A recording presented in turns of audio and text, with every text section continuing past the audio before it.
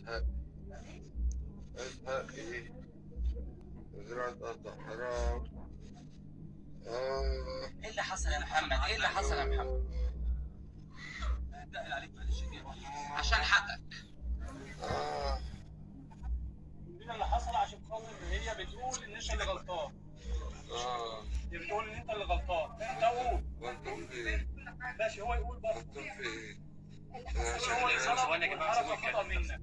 يعني تقول لك خطأ فني ان انت دخلت ايديك جوه القفص. ازاي؟ واحنا بنربط الناس ازاي؟ نقول ازاي؟ احنا بنربط كده على طول. فاهم؟ احنا لو نتكلم بقى نتكلم. قول الحقيقة. عيب من المدرب اللي جوه هو اللي يبقى. المفروض المدرب اللي جوه اللي يبقى مع الاسد. الاسد يخلي الاسد باصص له وطالع على الكوبري وطالع على الكرسي بتاعه، بيخلي الاسد يبص له علشان ما يبصش للي بيربطه عشان ما يعضوش.